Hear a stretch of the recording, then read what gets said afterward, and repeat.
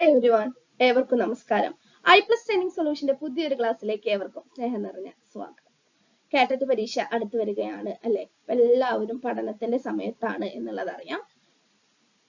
കാറ്ററ്റ് category 1, 2, 3 common language മലയാളത്തിലെ നമ്മുടെ സിലബസിന്റെ ഏറ്റവും അവസാനമായിട്ട് കൊടുത്തിരിക്കുന്ന ഒരു ടോപ്പിക്കാണ് താളബോധം എന്നുള്ളത്. എന്താ ഈ താളബോധം എന്ന് പറഞ്ഞാൽ? നമ്മൾ ചോദ്യപേപ്പറിൽ ഒരു ചോദ്യം കണ്ടിട്ടുണ്ട് അല്ലെ? സമാന താളത്തിലുള്ള വരികൾ കണ്ടെത്തുക, സമാന താളമല്ലാത്ത വരികൾ ഏത്, ചുവടെ തന്നിരിക്കുന്ന വരികളുടെ സമാന താളത്തിലുള്ള വരികൾ ഓപ്ഷൻസിൽ നിന്ന് കണ്ടെത്തുക. ഇത്തരത്തിലുള്ള ചോദ്യങ്ങളൊക്കെ നമ്മൾ കാണാറില്ലേ? ഞാൻ പറയുകയാണെങ്കിൽ നമ്മുടെ കാറ്ററ്റ് കാറ്റഗറി 1, 2, 3 ലാംഗ്വേജ് മലയാളത്തിന്റെ ക്വസ്റ്റ്യൻ പേപ്പറിലെ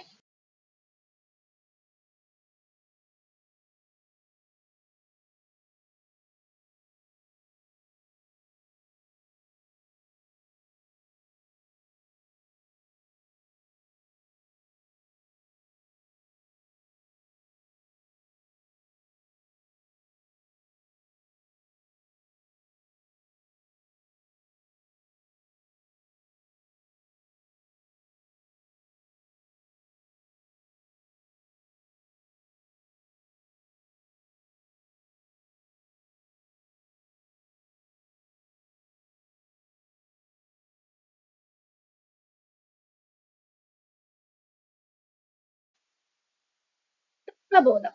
എന്താണ് താളബോധം?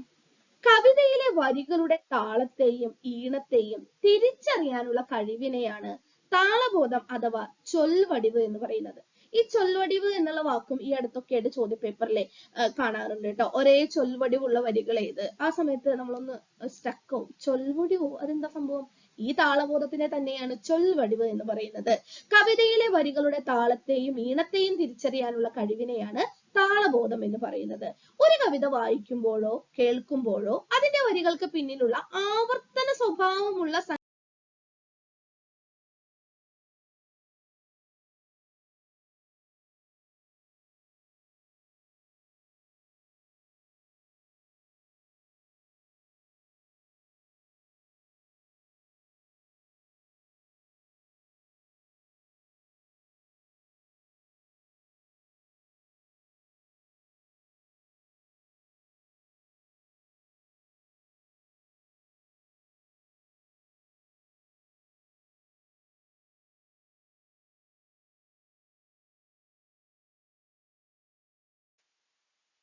ഇനി താളബോധം കണ്ടെത്തുന്ന സമയത്ത് അഥവാ സമാന താളത്തിലുള്ള വരികൾ കണ്ടെത്തുന്ന സമയത്ത് നമ്മൾ ശ്രദ്ധിക്കേണ്ട കാര്യങ്ങളെ കുറിച്ചിട്ടാണ് അടുത്തതായിട്ട് ഡിസ്കസ് ചെയ്യുന്നത്.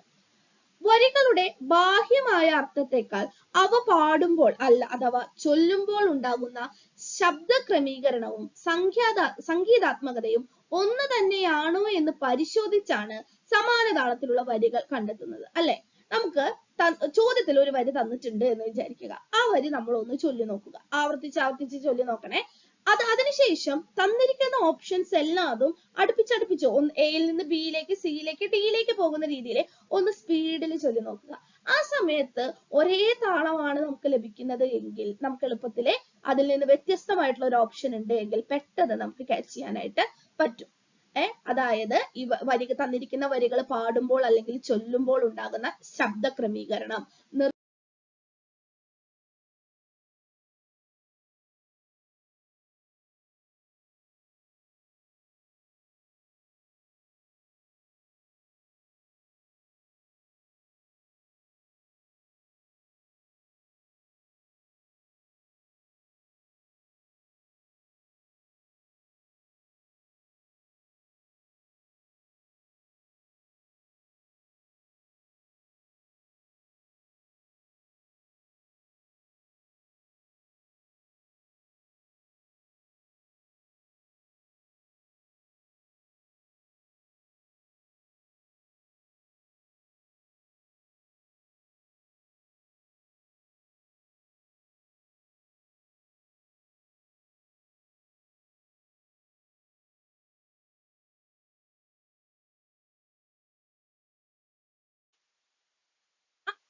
ലേക്ക് കടക്കുകയാണ്.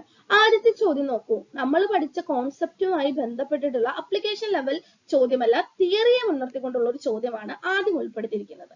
Question number 1. സംഗീതപരമായ ബുദ്ധിവികാസത്തിന് യോജിച്ച ഭാഷാ പ്രവർത്തനം ഏത്? എന്തുകൊണ്ടാണ് അതുകൊണ്ടാണ് കാറ്റഗറി 1, 2, 3 ലെവൽ പരീക്ഷകൾക്ക് ലാംഗ്വേജ് പേപ്പറിൽ താളബോധം എന്നുള്ള ഒരു ടോപ്പിക് ഇട്ടിരിക്കുന്നത്. വെറുതെ ഒന്നുമല്ല. കുട്ടികളെ പഠിപ്പിക്കുന്ന അധ്യാപകരാണ് നമ്മൾ. നമുക്ക് ഈ ബോധം ഉണ്ടോ എന്നുള്ളത് ടെസ്റ്റ് ചെയ്യണം അല്ലെ? അപ്പൊ സംഗീതപരമായ ബുദ്ധിവികാസത്തിന് യോജിച്ച ഭാഷാ പ്രവർത്തനം ഏത്? കുട്ടികളിലെ സംഗീതപരമായ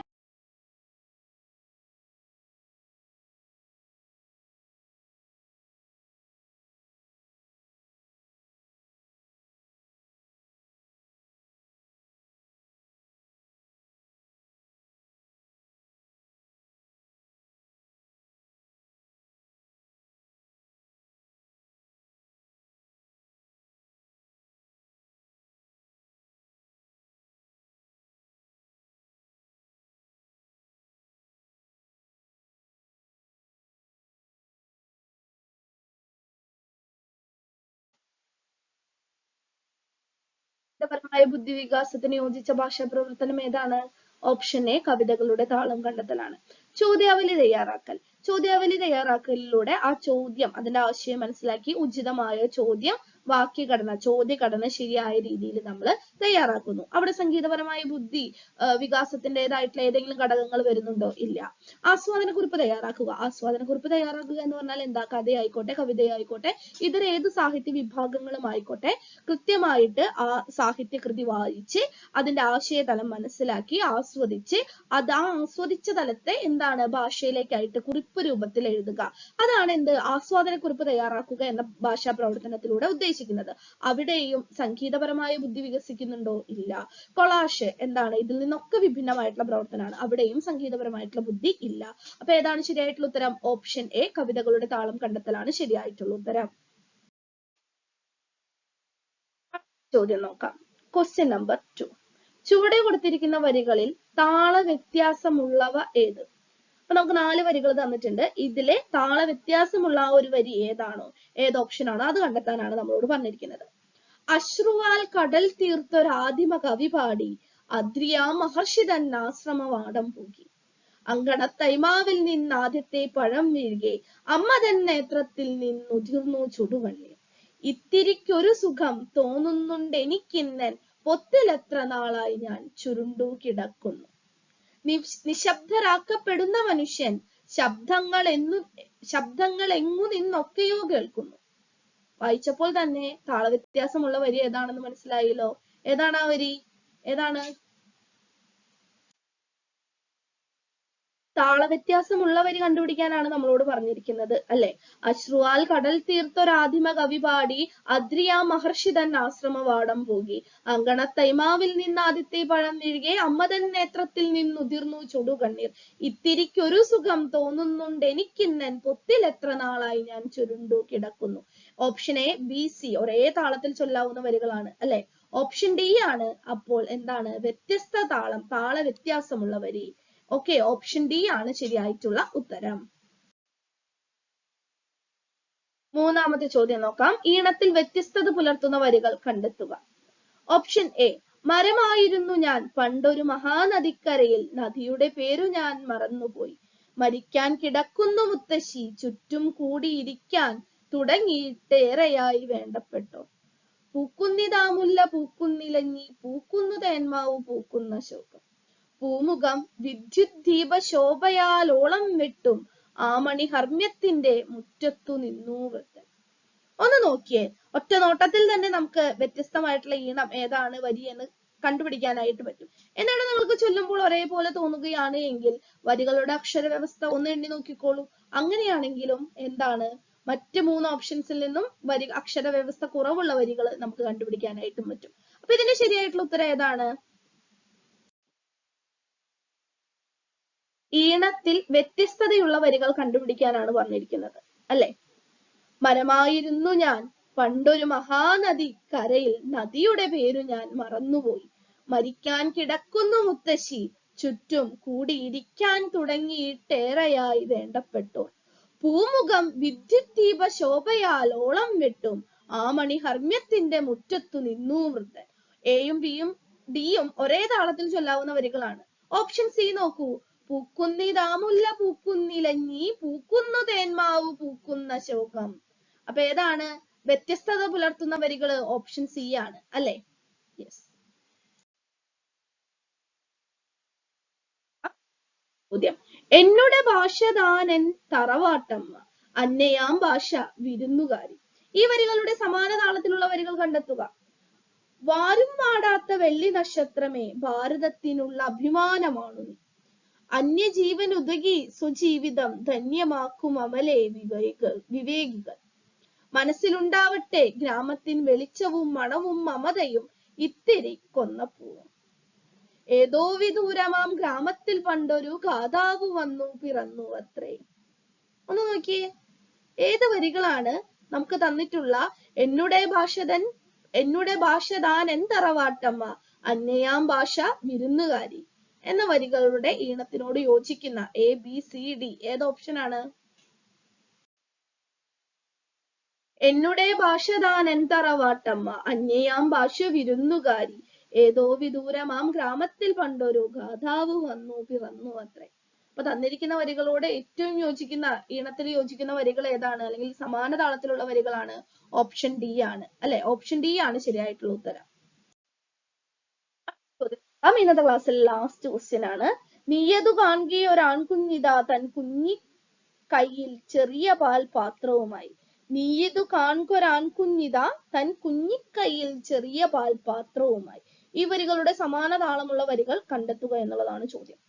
4 ഓപ്ഷൻസ് തന്നിട്ടുണ്ട്. 4ഉം ഒരുപോലെ വായിക്കുക കേട്ടോ. ചോദ്യം വായിക്കുമ്പോൾ ചോദ്യവും 4 ഓപ്ഷൻസും ഒറ്റ സ്ട്രെച്ചിൽ വായിച്ചു പോകാനായിട്ട് ശ്രമിക്കുക. അപ്പൊ നമുക്ക് ചോദ്യത്തിലെ വരികൾ ഒന്നുകൂടി വായിക്കാം, എന്നിട്ട് 4 ഓപ്ഷൻസ് ഒരുമിച്ച് വായിക്കാം. നീതു കാൺകൊരാൺകുഞ്ഞിതാ തൻ കുഞ്ഞി കയ്യിൽ ചെറിയ പാൽപാത്രവുമായി. കേവലം വായിച്ചിട്ടില്ല അനുരാഗാഖ്യാനങ്ങൾ, ഭാവഹാവാദികളും അഭ്യസിച്ചിട്ടില്ലവൾ. പല നാളായി മറന്നിരുന്നവൻ പുഞ്ചിരി, പകലോനുടെ മന്ദരശ്മിയിലൂടെ തൂങ്ങി. കാലത്തിനിപ്പോൾ കറുക്കുന്നുവോ മുഖം, ഈ ലോകം ഇപ്പോൾ ഇരുട്ടിൽ പതിക്കയായി. ഇക്കർമ്മ ഭൂമി തൻ പിഞ്ചുകാൽ പോരുമേ, ചിക്കുന്നതൊക്കെ ചവിട്ടി താഴ്ത്താൻ. ഏതാണ് സമാന താളത്തിലുള്ള വരികൾ? നീതു കാൺകൊരാൺകുഞ്ഞിതാ തൻ കുഞ്ഞിക്കൈയിൽ ചെറിയ പാൽപാത്രവുമായി. ഇക്കർമ്മ ഭൂമി തൻ പിഞ്ചുകാൽ പോരുമേ, ചിക്കുന്നതൊക്കെ ചവിട്ടി താഴ്ത്താൻ. ഏതാണ്? കിട്ടിയിട്ടുണ്ടാകുമെന്ന് വിചാരിക്കുന്നു. ഏതാണ് മക്കളെ ശരിയായിട്ടുള്ള ഉത്തരം? ഉത്തരം എല്ലാവർക്കും ഓൾറെഡി കിട്ടിയിട്ടുണ്ടാകുമല്ലോ. ഓപ്ഷൻ ഡി ആണ് ശരിയായിട്ടുള്ള ഉത്തരം അല്ലെ? നീതു കാൺകൊരാൺകുഞ്ഞിതാ തൻ കുഞ്ഞിക്കൈയിൽ ചെറിയ പാൽപാത്രവുമായി. ഇക്കർമ്മ ഭൂമി തൻ പിഞ്ചുകാൽ പോരുമേ, ചിക്കുന്നതൊക്കെ ചവിട്ടി താഴ്ത്താൻ അല്ലെ? അപ്പൊ ഓപ്ഷൻ ഡി ആണ് സമാന താളത്തിലുള്ള വരികൾ. അപ്പൊ ഇന്നത്തെ ക്ലാസ്സിൽ താളബോധം എന്നുള്ള ടോപ്പിക്കാണ് നമ്മൾ പഠിച്ചത്. എങ്ങനെയാണ് സമാന താളത്തിലുള്ള വരികൾ, വ്യത്യസ്തമായ വരികൾ കണ്ടെത്തുക എന്ന കാര്യങ്ങള് മുൻകാല പേപ്പറുകളിലെ 5 ചോദ്യങ്ങളിലൂടെയാണ് നമ്മൾ ഡിസ്കസ് ചെയ്തത്. അപ്പൊ ഈ 5 ചോദ്യത്തിൽ എത്ര സ്കോർ നിങ്ങൾക്ക് കിട്ടി എന്നുള്ള കാര്യം കമന്റ് ചെയ്യാനായിട്ട് മറക്കരുത്. ഇന്നത്തെ ക്ലാസ് എല്ലാവർക്കും യൂസ്ഫുൾ ആണ് എന്ന് കരുതുന്നു. Thank you learners.